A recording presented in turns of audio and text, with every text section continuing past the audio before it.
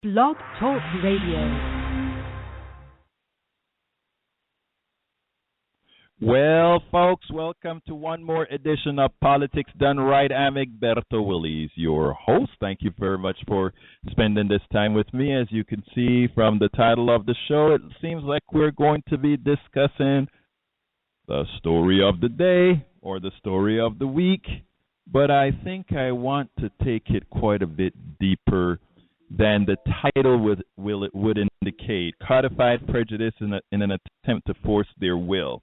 I think everybody knows what I'm talking about there. We're talking about Indiana, we're talking about Arkansas, but should we not be talking about North Dakota as well? Of course we should be talking about North Dakota as well, but I digress. Before we get into any specifics, let me first tell you about a little bit of news. You all know that the president, under the auspices of the great Secretary of State, John Kerry, got a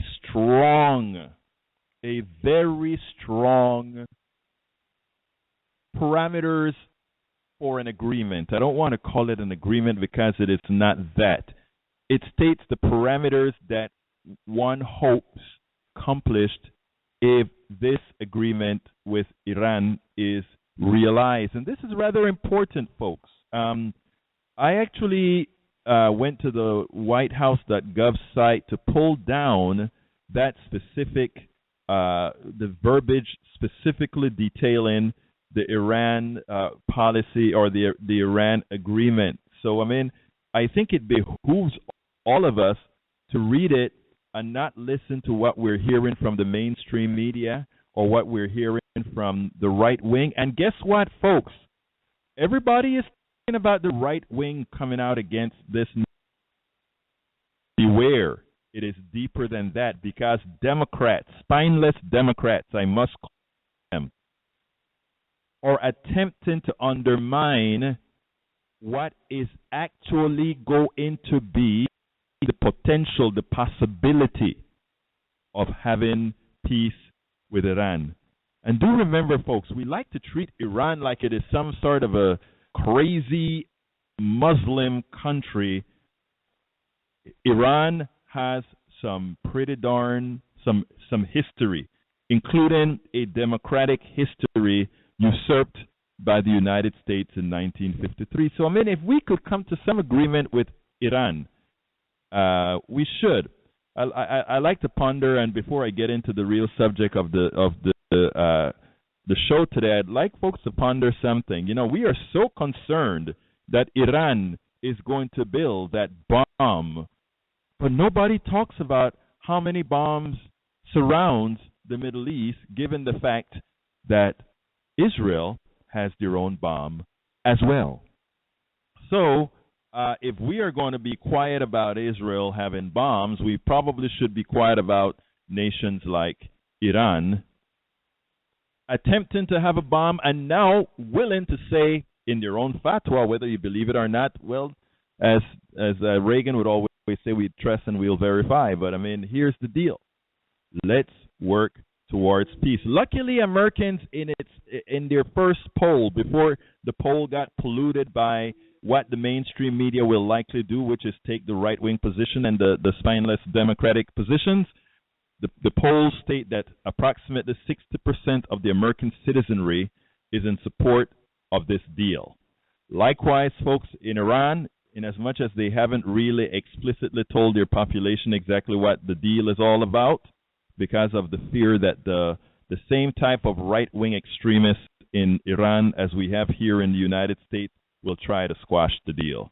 So let's keep a positive face. Let's encourage our politicians to move forward for peace instead of an unending war and move this thing forward. I see I have some calls that are already up waiting to be answered. So let me go ahead and should I read the blog of the week? I'm not going to read the blog of the week right off now unless there's some reason to do so. But as you know, it turned out that Mike Pence backed down. He went on to This Week with George Stephanopoulos and said there was nothing discriminatory about the bill the freedom, or what is it called, the Religious Freedom Restoration Act. I didn't realize we needed to restore religious freedom. I thought already the people that sort of undermined in this country are those that are not religious. But anyhow, that Restoration Act, he claimed it had nothing to do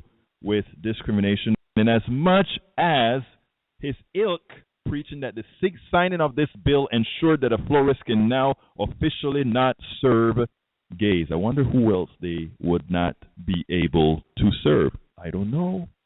I am not sure. I really am not sure. But anyhow, luckily, the American populace rebelled. But it wasn't the American populace that got the change, folks.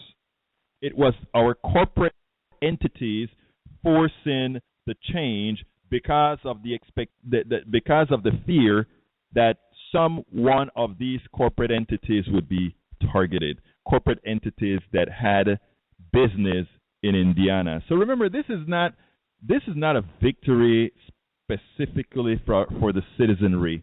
It's a victory for personhood, for corporations being people that are able to tell their politicians, you cannot do that.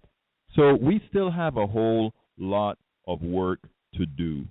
It is not as simple as believing that, wow, populace, we won this battle, because as North Dakota has shown by them not being able to pass a law that prevents, a civil rights law that prevents them for discriminating against gays, etc., etc., etc., we have a lot of work to do.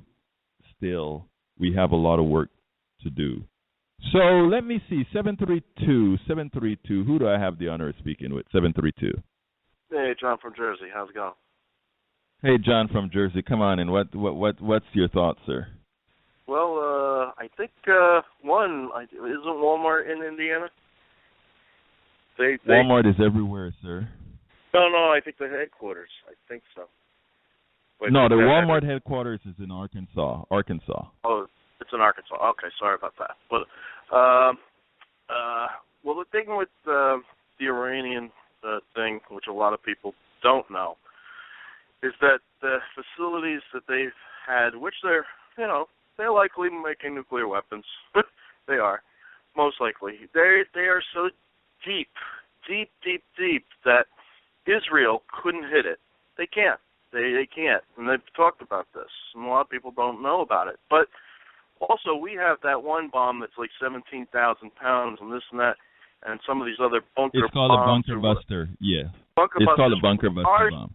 Ours can't even hit it. They've talked about it. They are so deep. So there is only one way. There is only one way. We have to get in there. There is only one way. Now, we've basically amassed to where over the years we've allowed them to keep running the chances of getting a bomb. So yes, okay, both the administrations, the Bush and into the Obama administration have had some wrongs here. There's been some wrongs, but yeah, there's been political pulls against the Obama administration from doing anything proper and right, and hopefully now they will. And we're not the only one here. Everybody thinks it's just us. We've got our allies who want to do business with Iran, and they're putting pressure on us. You got, England, Germany, France, okay? And then who else doesn't want to see them with bombs? You got other large world powers that don't want to see that. You got India, China, and Russia that don't want to see them with a bomb. So, it's not just us. Everybody thinks it's just, we're the world power. We're going to dictate this whole thing. And this agreement was an agreement between, other players. Right. Now, let me tell you, John, I titled my show today, it's interesting, Codified, Prejudice in an Attempt to Force Their Will, right? And I was keying it off of what occurred in Indiana, what occurred in Arkansas, what occurred in North Dakota. But after reading a whole lot of news, I put it up on Facebook. I said the show will not only be what you think it is, simply because I didn't want to make talk about prejudice as only being the gay thing, the racial thing, but also the way we deal with countries. So when you brought up the Iran thing, you kind of jumped ahead of where I wanted to go as well with the Iran issue, because in effect, when we have a title that says in an attempt to force their will, take a good look at how the operations are occurring in this country for people to effect their will, immaterial or irrelevant to what the population actually wants. If we take a look at what Americans want right now, Americans do not want war, but codified prejudice against Iran is what allows those that are willing to attempt still to have the military-industrial complex foment war for us, use that in their favor. I mean, think about this. Yesterday, Wilkerson, I don't know how many people know who Colonel Wilkerson is, Lawrence Wilkerson. He was Secretary of State Powell's deputy, and he has come out and strongly said, my party wants war. Unfortunately, I'm not going to give all those kudos to Lawrence, or I'm not going to only give because I am listening to a whole lot of Democrats right now, and there are a whole lot of Democrats right now that they claim they're in a wait-and-see modal, which is rather silly.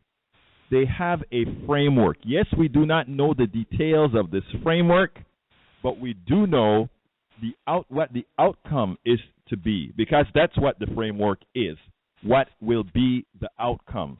What has to be negotiated is how do we get there. Same applies to Indiana, and I'm reversing this back into an attempt to force their will, codified prejudice. Mm-hmm. Think about it. What we got in Indiana, right? What we got in I understand the skepticism. Okay, I'll let you talk, and then I'll go to Indiana. What do you think about the skepticism? What are you trying to say? I understand the skepticism of the deal. I do. I really actually do. But yes, there is no other option better than this at this point to get there. And I understand the skepticism because there's talk about the Iranians don't want it to where we can go to their military complexes. Well, too bad. That's too bad. And yes, why is that too bad, John? John, why is that too bad? Will we allow people into our military complex, sir? Well, at this point, there's a difference here. There's a difference here. We've had the sanctions. Okay, we do not want another nation to get the bomb. That's sadly it's the way it goes. It's just now it's all the powers that have the bomb that don't want to see another nation get the bomb. And considering some of the statements of the past from Iran, okay, as yes, a democratic nation, but also somewhat radical nation too, as far as their statements have been concerned. Okay, John, I need to stop you right. John, hold on a second, because one of the things I like to do on Politics Done Right is to be fact-based. Well, we have the powers to be. I mean, even including Russia, China, and others. No. But what I'm saying, I don't want to. Nobody's wanting to see another power get a bomb. No, John, hold one second. Please give me a chance to finish what I'm saying. I want to be fact-based here. We're all Americans here, and we all believe in protecting America because we want no harm to come to America. Now, if you're outside of America, it is incumbent upon you to empathize with those outside of America and see how would they feel as a nation as a proud nation among themselves about what is to be imposed on them. Okay? In other words, we can sit down here in America, and we can sit down here in America and be high and mighty about the things we want to impose on others. Others can decide if they want to be imposed upon. And then, if they don't want to be imposed upon, of course, the major power can decide if they want to blow the crap out of them.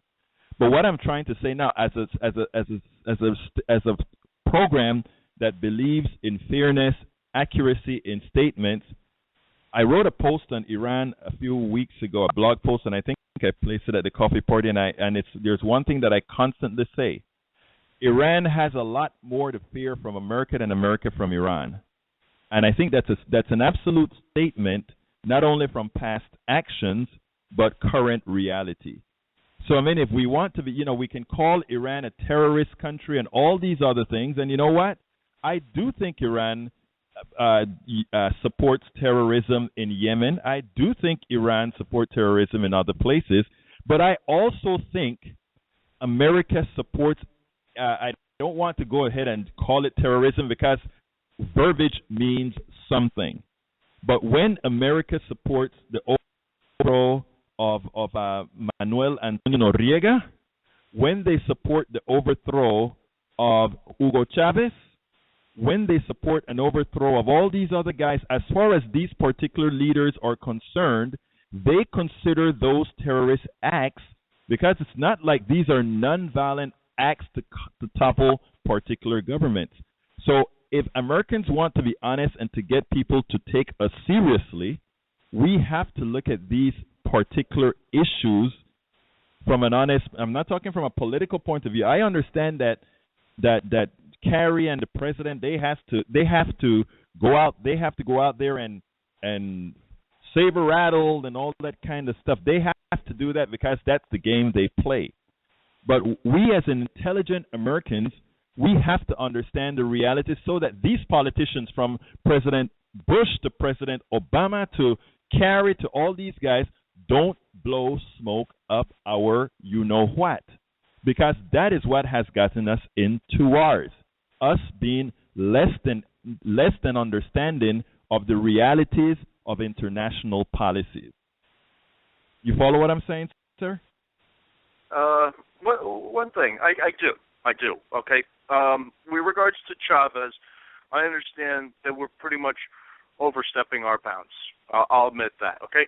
Regards to China, us telling them how they should be in their policies within political realm, whatever, we overstepped our bounds. I'll admit that. With Noriega, it was a different story. It was drugs. We went after him. That wasn't wrong. We went after him, that rightfully so. Stop my personal there. opinion. Wait. John, I know that, but I want, before you step that out, I just want to remember, I'm originally from Panama, and Manuel Antonio Noriega was my general. Let me say one quick thing. I didn't particularly like him, by the way. But anyhow, America has a drug problem, and America is a capitalist society, okay? Manuel Antonio Noriega was fulfilling a need. If America wanted to stop that trade, and by the way, he was just a financier. Panama was being used as a banking center, not the trafficking of drugs. But anyway, if America wanted to stop that, America should have done that within its borders. It should have protected its borders. But instead, in trying to arrest Manuel Antonio Noriega, 10,000 Panamanians lost their lives and were thrown into mass graves. If you read some reports, they'll say 1,000 Panamanians. The UN report says 4,000 Panamanians.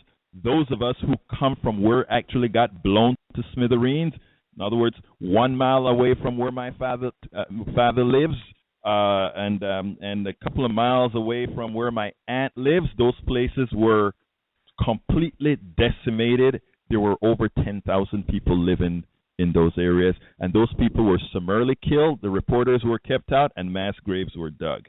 I understand what you're coming from. But like let me go through it with how I come, because my father was military. Yes, sir. And Okay, and he was a B-52 bomber. I mean, he killed, massive, people if when need be, and he did, and he dropped heavy bombs. But I take a look at it this way, we had to really, drop two big bombs at the end of the war and kill hundreds of thousands of people in Japan. But you know what? They're our ally now. I mean, it's a sad part of war that sometimes, but here, comes to a point where, and less people over the years have lost their lives. So compare the millions back then. I know it's sad, 10,000 Panamanians. I know it's sad, any amount of Americans or any other countries of the world losing lives. I'll admit that it's sad, but we have lost less and less lives over the years since World War I, World War II. Korea and Vietnam were less than World War II and I. It is sad how the transition of history has come about. It's really sad, but some things have been a necessity to change things for better. I'll admit, it's been horrific. Right. As I mentioned before, codified prejudice is an attempt to force their will. And it's amazing how that one phrase can fit into all of these. As long as we have codified prejudice, 10,000 Panamanian lives doesn't mean much. As long as we have codified prejudice, gay people not having full citizenship rights, it's not a big issue. As long as we have codified prejudice in an attempt to enforce their will, all these things become our reality. So now going back to where we want to be, and I'd like folks to realize this is a call-in show, 646-929-2495. Again, that number is 646-929-2495. I would love to hear from you. Please hit 1 so that I know that you want to say something. I was watching a program this morning, and it was amazing for me to see how many people came out and said that this week, even with the signature of the modified bills in Arkansas and Indiana, that for all practical purposes, we were snowed. And Janine, I'd love to hear your opinion of what occurred this week. So I'll call on you when I'm done making the statement here. Listen, a lot of people said we were snowed because we were looking past the reality of what was occurring. In effect, these are states without civil rights for people. So if you take a look at the wording of the law, all the law said, and in its correction, it said, this law could not or cannot be used to defend against gays or anybody else in a restaurant being denied or whatever else being denied. It said this law, which meant other laws that are not or that are on the books in these states could be used as defense. So, it actually, I'm not a lawyer, so that actually went past me. When I saw that when I claimed that Mike Pence made a U-turn, I said it from the ignorance of not being a lawyer. I said it from an ignorance of not being a lawyer. After I heard some lawyers on TV earlier expressing the details of the words, I said to myself, oh my God, yes, I was snowed. Oh my God, Americans were snowed. Janine, I'm going to bring you in. Did you want to add something to the discussion, Janine?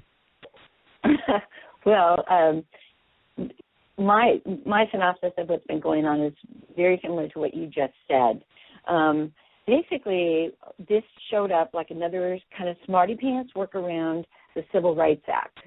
And many believe that the motivation of these quote-unquote religious freedom, Religious Restoration, Freedom Restoration Act, there you go, has more to do with just taking another bite out of civil rights in civil court. So this was clearly, unlike, people need to look at the laws. This one was even more blatant than any other, not the federal law. It doesn't reflect the federal law. It doesn't reflect other states' laws. It reflects the whole movement to extend corporate personhood into the domain of religion, giving it religious freedom, and saying if this corporate person is religiously offended, it, can exercise certain civil liberties or civil rights. I'm not sure what ever gave them civil rights, but and so it's just a clever way to say, you can take me to court, but I've got a defense. And so then immediately I always say, follow the money. Who is being appeased with this kind of legislation? I mean, there's 15 states up for grab right now. There's 20 that have already passed something like this, although not as extreme as Indiana. And, Alec was very fast to say, we didn't do it. Well, the Christian Science Monitor thought they did. And in terms of my credibility meter, the Christian Science Monitor, who does not have a dog in this fight. You know what I'm saying? Right. Right. I trust that they actually do reporting. Reporting isn't giving your opinion so much as it is actually delving facts and perhaps drawing conclusions, but, it's information-based. And Alec immediately, sanitized his website and blah, blah, blah. And everybody knows that when there's a wave of state-level and local-level legislation like this, where it came from, right? Even if someone else prints it. So it becomes almost a campaign fundraising strategy to put this kind of legislation out to appease the big money people who feel their corporate personhood in jeopardy, right? It's a terrible, vicious cycle. And I think it's a part of the whole notion that somehow if we can codify, I'm coming back to what you were talking about, if we can codify these dog whistle words, if you can call something a freedom action. Well, freedom to me and freedom to some other people does not mean the same thing. Freedom is a dog whistle word. Liberty, justice, they all have these other meanings that I think we need to discuss publicly so that when stuff like this can come up, we can actually say, how is that freedom? How is that justice? How is that liberty? And have a much, the conversation, as long as we're using dog whistle words and as long as we're pretending to respond to the public when what we're doing is pretending to respond to potential campaign funders, and it's totally disingenuous, and it would be a waste of everybody's time, including the show, except that once it's thrown down, you got to go through the process of, vetting, ratifying, vilifying. The conversation has to occur. Thanks. Absolutely, but I tell you, there is a good thing that came out of all of this, Janine, and I think, and it made me happy. We at Move to Amend, the difference between Move to Amend and a lot of the other organizations that are trying to push changes to the Constitution that codifies things like money is not speech is that most of these people, sanctioned by many politicians because they think they think it would be in their favor, is solely that money is not speech. And there are very few of us that are actually trying to also put within this codification that corporations are not people. That is very, very important that we actually specify that corporations are not people, lest we get what occurred with Hobby Lobby, where the corporation now has a religion. It's amazing. The corporation cannot die. The corporation cannot go to jail, but it sure as hell can have a religion. It just goes in the face. But what happens is when we're doing our activism, when we're tabling, when we're out there talking to people, including when we're having people call into shows and they're strongly in support of, yes, we need to make sure that money is not speech and all of that. And I always say, yes, that's one part of the deal, but money is not speech. But as long as a corporation has civil rights, and the Bill of Rights apply to them, they also have free speech. So whatever applies to you, Mr. Human Being, applies to that corporation. Is that what you really want? And what I think this discussion did, and what I think the positive that came out of it, in as much as we were snowed, like the lawyer proved me completely wrong this morning, in as much as we were snowed, what it does is it brings an awareness to people of this corporate personhood thing, because a lot of times I go out there, I'll be frank. We stayed on the corners of Kingwood Drive and Lake Houston Drive for 52 consecutive weeks with signs that said things like corporations are not people, and we were mocking the presidential candidate. We were mocking our last presidential candidate about saying, Mitt Romney, about saying that corporations are people, and believe it or not, a lot of people actually says, well, corporations are made up of people, so corporations are people, and not understanding what the implications were. So we were standing up there 52 weeks with all these signs that were trying to enlighten people about this issue, and I think within 1 week versus the 52 weeks that we spent out there, in 1 week, I think a lot of people have a much better feeling of the danger that having a corporation has the rights of people, even as many of us believe we were successful in moving the bar, in changing a law, which, as I said, didn't really occur as it should. What we saw is that politicians didn't really respond to people. They responded to corporate personhood. They responded to the will of these corporations. Is that scary or what, Janine? Well, it's the fundamental issue here. I mean, I divested from the stock market when this happened, and I divested because not a single corporation that I had invested in ever asked me anything. They didn't ask me what candidate to support. They didn't ask me what what their lobbyists should do. How was I their airbag, right? I mean, I was the majority shareholder of a closely held corporation when I always call it owning my business, but it was a multi-state national business, so incorporation was important. And I understood very clearly that my corporate person, if you want to call it that, was my business needed to be able to have a checking account. Well, my business wasn't a person, so it's extended personhood, so it can have a checking account, right? Right. It's not. It's been a convenient thing for decades, years, hundreds of years, right? It's been a tool, but now it's become a scam. And I think that the scam here really is ultimately, if you're an investor, you have very little to say about anything except who's on the board of directors. The board of directors are the people who make all executive decisions for that company, for the corporation.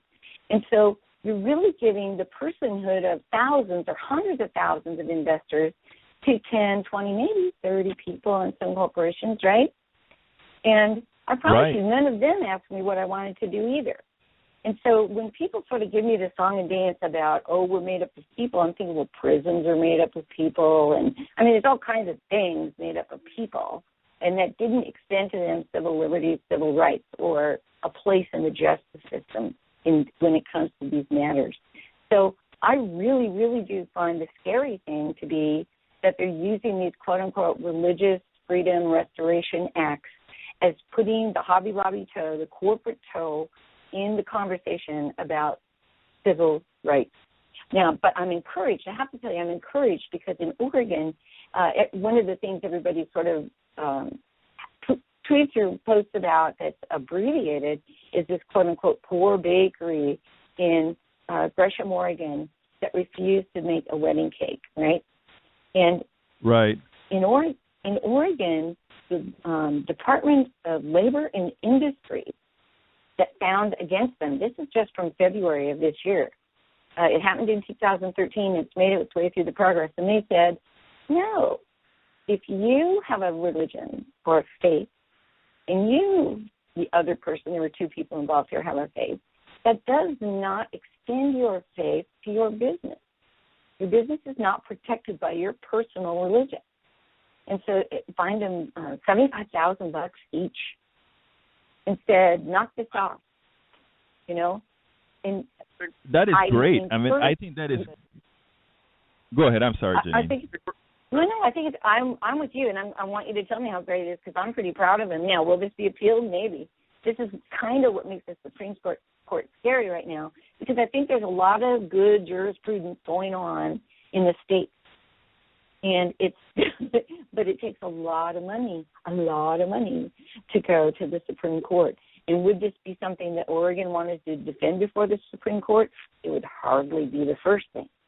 But I am pleased that we're having the public conversation. But make no mistake, this is not about individual religious liberty. This is about extending individual religious liberty to the corporate person, which is frankly only the board of directors of the corporation. So I interrupted you. I'm sorry. Oh, no, that is so true. But I think John wanted to come in. John? Yeah, this is a big thing, and it's like if I discriminate against or criticize you, like say I'm the religious. I'm not an atheist, okay? I'm not an atheist, but let's say, here, whatever. If I discriminate against you, don't have to qualify that, John. I'm an honest guy. I don't really care what you are. I'm not the religious fanatic, and I'm not an atheist either. But I'm just going to qualify that. That's all. If I discriminate against or criticize you, it's called religious freedom. If you return the favor, it's called religious prosecution. You can't have it both ways. I mean, really, it's true. John, that's a good one, dude. Right. I mean, it's the truth.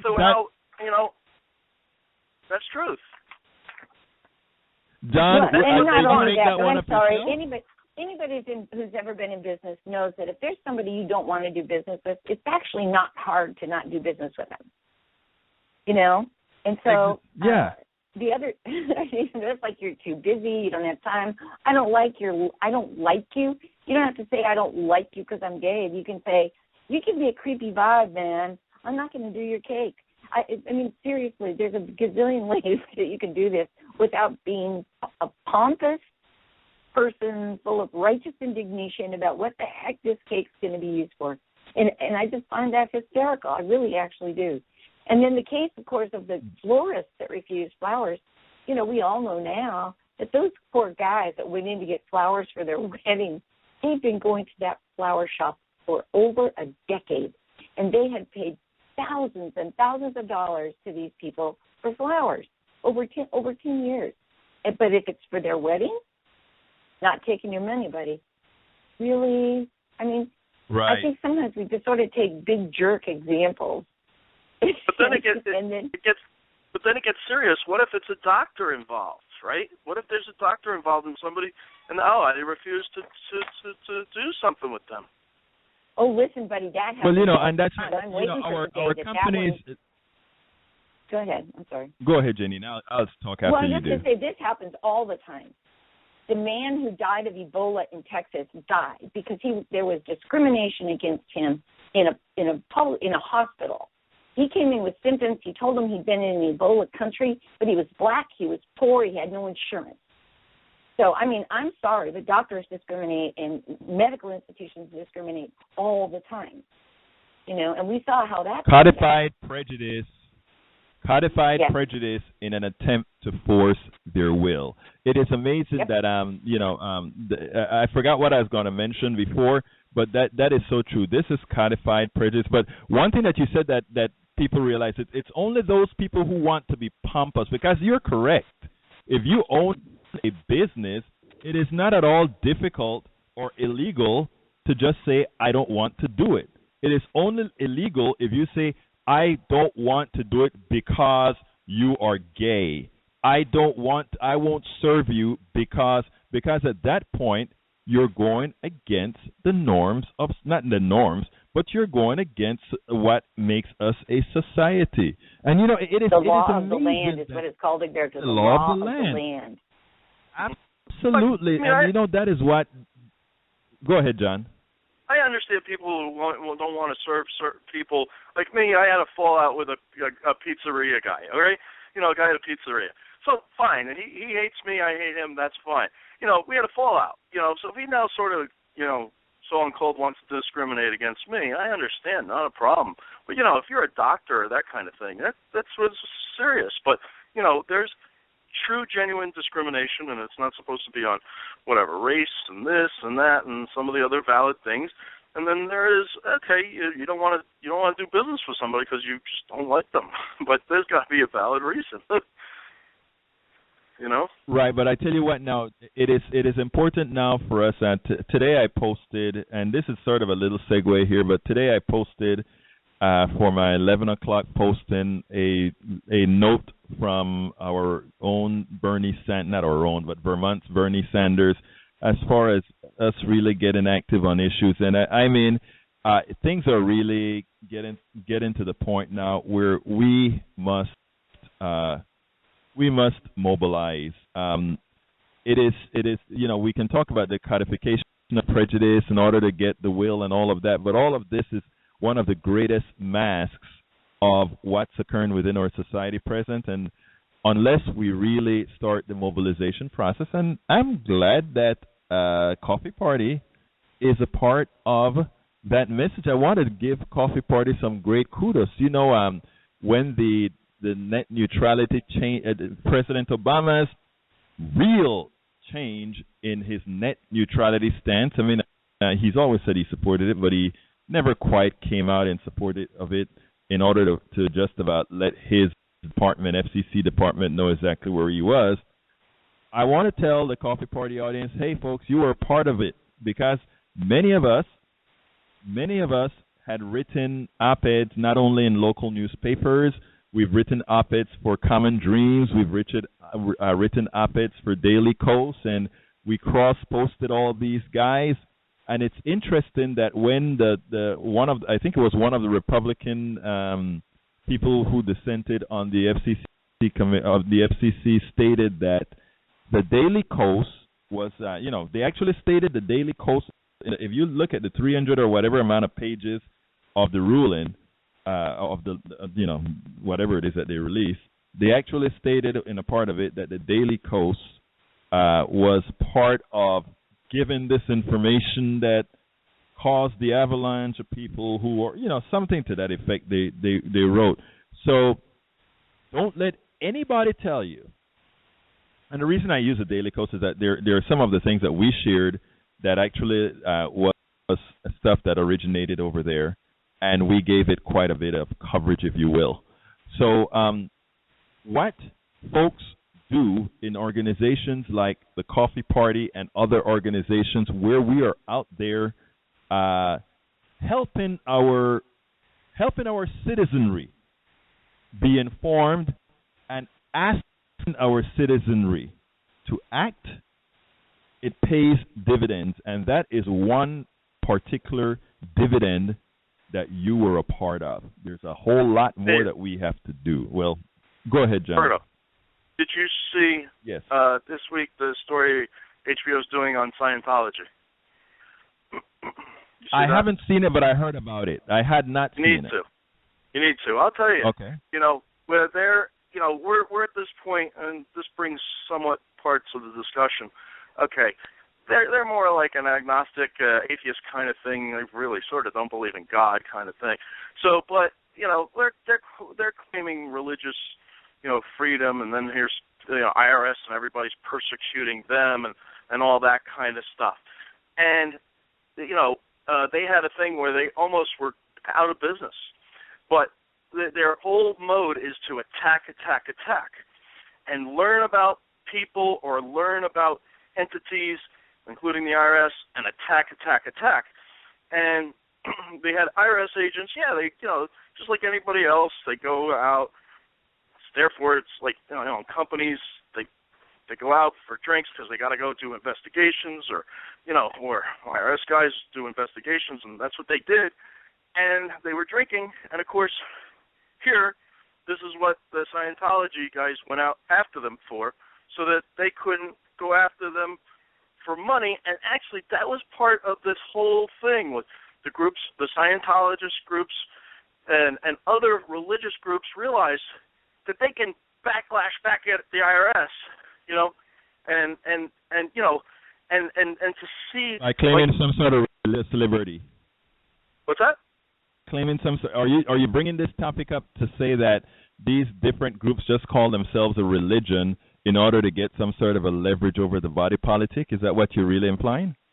and they're getting tax breaks, and they're getting, basically the Scientologists were having people work for them for next to nothing, right? And then, this is like barely like anything, do they really believe in God or anything, And they just believe in what this guy, L. Ron Hubbard. And if you listen about what L. Ron Hubbard, Hubbard believed in, it's pretty he wacky. doesn't have a good history. Yeah. Yeah, if you listen about the history of this guy, and then therefore now, here's a religious entity, and don't touch them, don't tax them, don't this and that. It's unbelievable. But there was also another thing which was great on Bill Maher's show a couple weeks ago, that the in Vatican City, Vatican.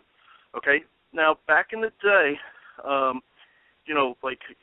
you see the popes that were giving the Heil Hitler and all that, and the whatever with Mussolini.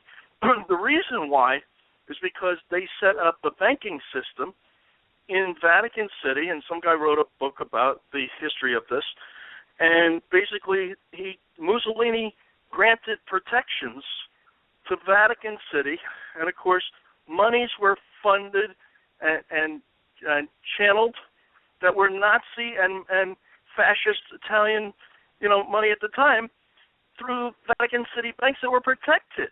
I mean, and now how you want to tie that into this particular discussion? There's a separate and a tying kind of thing, but basically they like Vatican City Bank and religious protections and whatever. Don't touch us. We still need I get it. Taxed. Yeah. We need not to be taxed because we're going to call ourselves such. And then there's whatever they call it. Like, right. What is it? All these things that we're a religious entity. Are you really a religious entity? IRS has got to find that out. I get. I was wondering, John. I was wondering where. At first, I said, "Is John going off in left field here?" But now I see what you're trying to do. You're trying to tie all this religious, the things that are being done under the purview of religion, but it's really for some other reason. But let me go ahead and get Jack in here because I see Jack is waiting. So, Jack, I hope you have your stuff ready to tell me. Come on in, my dearest listener, Senor Jack. Okay. I'm going to say that the whole business of religious freedom is necessary. It's bullshit. Yeah, I think it is. Well, all right, we go by Clinton's thing back in '93. Well, I don't know. That started it. I really don't know what the heck it is, but it is. Let's think it is. It may be an excuse for discrimination against Jews. I'm Jewish. It would be a profession. There's a lot of sentiment now that's a Christian world. I was back in high school. I was told that. We were told, told back when I was 11, I was crucified. We crucify our Lord. It's back to Jesus. I want to say about Iran. We made a major step. We just hope to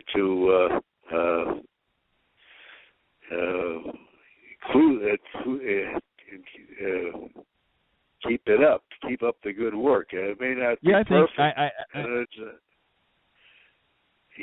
But I think that. Let me tell you, Jack. I have been so. Jack, let me stop you a second because you brought up Iran, and so you kind of segue a little bit into Iran. And anytime I hear, when people say, it is, we hope that we keep it up. The reality is we must keep it up. The reality is that we must encourage Americans. First of all, Americans have displayed at first breath great intelligence in their support of this framework thus far. And I got to turn somebody's mic off. Okay. I was very happy, Jack.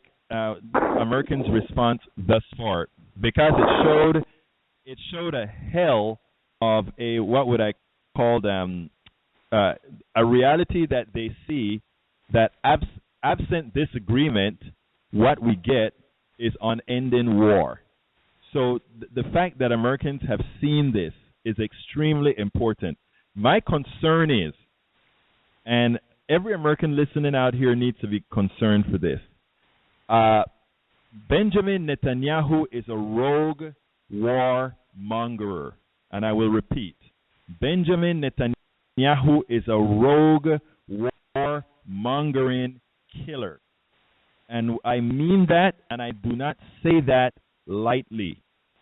If we remember a few, and this is going to be, we're off the subject of codified prejudice, even though this as well fits the bill.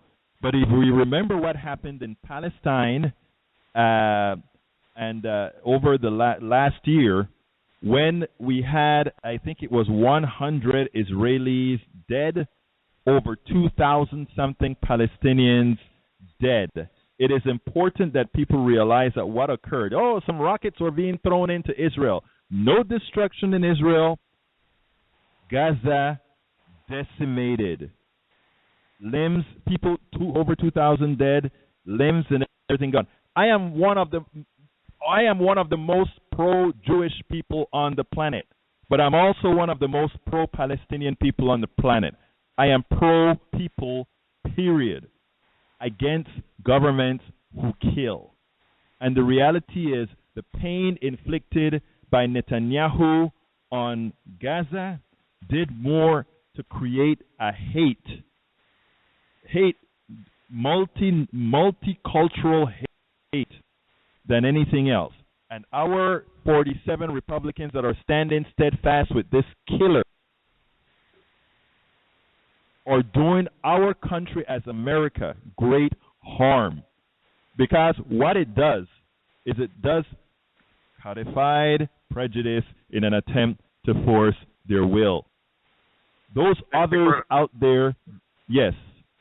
Big Bird, one thing, yes, because as an American and this whole thing with Israel, Palestine, okay, they're two separate countries. This is my country, America, and for any country that feels that the tail wags the dog. I'm sorry, the dog wags the tail. That's normal.